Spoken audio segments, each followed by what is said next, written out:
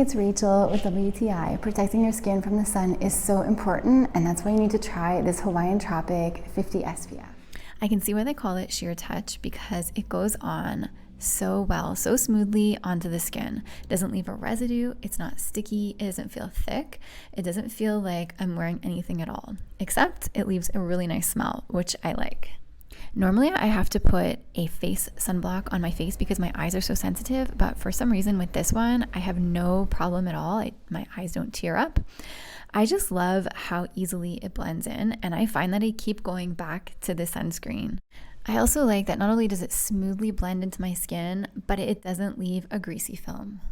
If you're looking for a great sunscreen that works really well, it will protect your skin, it's not sticky or irritating, and it smells really good, I'd highly recommend this one by Hawaiian Tropic. I think this is a super sunscreen. I'm going to continue to use it. I really like it, and that's my point of view.